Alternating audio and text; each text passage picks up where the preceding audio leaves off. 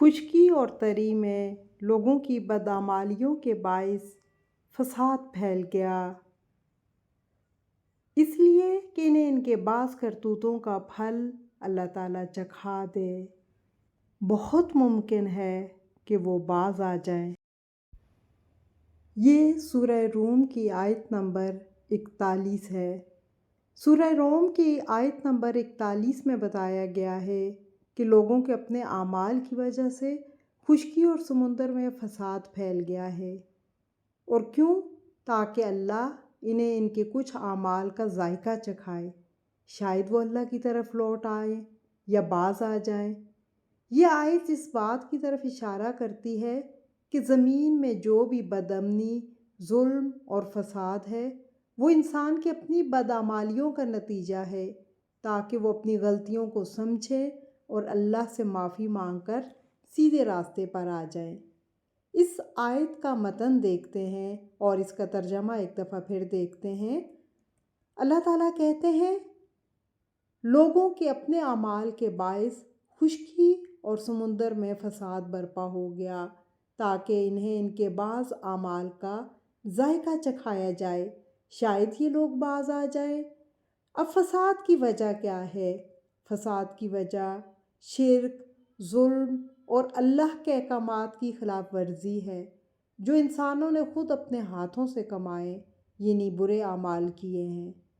آپ دیکھیں کہ جب اس دنیا پر اللہ کے احکامات کو نہیں مانا جاتا، جب ظلم عام ہو جاتا ہے، تو پھر کیا ہوتا ہے کہ اس دنیا میں فساد برپا ہو جاتا ہے۔ جب طاقتور کمزور پر ظلم کرتا ہے تو اس دنیا میں فساد ہوتا ہے۔ جب اللہ کے احکامات کو چھوڑ کر ہم دنیا کی طرف جائیں گے اور دنیاوی قوانین کو دیکھیں گے اور اللہ کے احکامات کو جو اللہ نے ہمیں بتائے ہیں اس کو نظر انداز کریں گے تو پھر دنیا میں فساد برپا ہوگا۔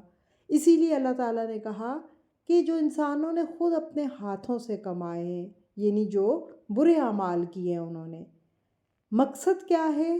مقصد اللہ تعالیٰ نے بتایا کہ اس فساد کے ذریعے سے لوگوں کو دنیا میں ان کی بدعمالیوں کا تھوڑا سا بدلہ چکھایا جائے، تاکہ وہ عبرت حاصل کریں، اپنی غلطیوں کو پہچانیں اور توبہ کر کے اللہ کی طرف لوٹ آئیں۔ اب آپ دیکھیں کہ جب بہت سے لوگ جب ایک دوسرے کے ساتھ ظلم زیادتی کر رہے ہوتے ہیں تو اللہ تعالیٰ اس دنیا میں ہی بعض اوقات کیا کرتا ہے کہ ایک ظالم کو دوسرے ظالم کے ذریعے سے ختم کرتا ہے۔ تو اس لیے اللہ تعالیٰ کہتے ہیں کہ انسان کو اس کی بدعمالیوں کی سزا کے طور پہ اللہ تعالیٰ اس دنیا میں ہی ان کے اوپر ایسے لوگ مسلط کرتا ہے تاکہ وہ اس سے عبرت حاصل کر لیں۔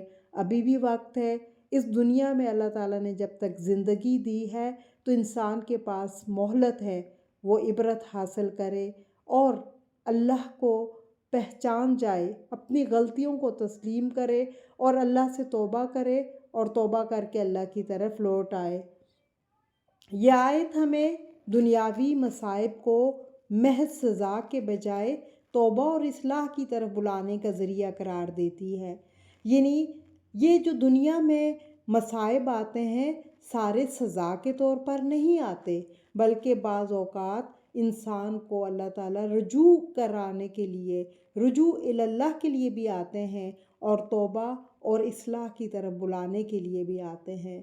اللہ تعالیٰ ایک جھٹکا دے کر انسان کو بیدار کرتے ہیں کہ لوٹ آؤ، ابھی بھی وقت ہے، اصلاح کر لو، توبہ کر لو، اور اللہ تعالیٰ بہت بخشنے والا غفور و رحیم ہے۔ ظهر الفساد في البر والبحر بما كسبت أيدي